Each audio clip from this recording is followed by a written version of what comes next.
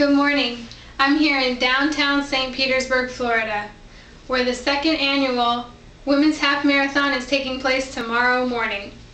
My name is Catherine Mary, and I'm here to show you the gear, the training, and the diet that it took for me to prepare for my first half marathon. Now, before you take on any task, you need the right equipment to do it. First, we'll look at the apparel. You need a good pair of running shorts or pants, depending on the weather, some dry wick material so that it keeps the sweat and moisture away from your body. Also, a heart rate monitor and a GPS watch is very helpful. It lets you keep track of how far you're going, at what pace you're going, and what your heart rate was during that run. Now, the most important piece of equipment for a runner is the shoes. Now, these need to take into consideration your foot type and your running style. After you've got all the gear you need to start running, that's when you can really get down to training. Now, training takes a lot of time and effort. You need to make it enjoyable. For me, I like to listen to music. I like to just put on my favorite tunes and run and get lost in them. I could run for hours. Also, your training needs to incorporate several different series of runs. You need to keep some long runs to sustain your endurance, mixed in with speed training so that you can reach your goal time. Also, the most important thing about training is the rest.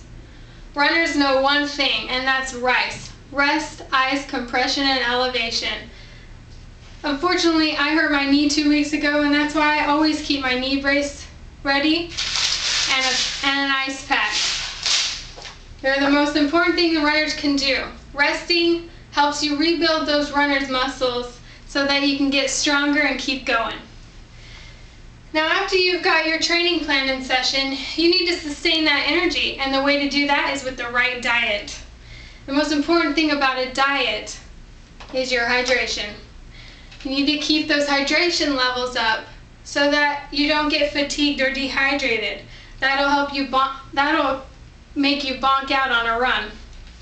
Energy drinks like this one incorporate electrolytes, and they keep your glycemic index up so you get that energy level up. Other helpful tools are energy bars like these, or these little gummy chomps. They're packed with carbs and sugar, which keep your energy up and keep you going. Now, that's basically the key components to what a runner needs. Don't forget, you need the right gear, the right training plan, and the right diet to reach your goal mark. I used all these things, and I'm going to try and hit my goal tomorrow, 13.1 miles. So wish me luck. Thank you.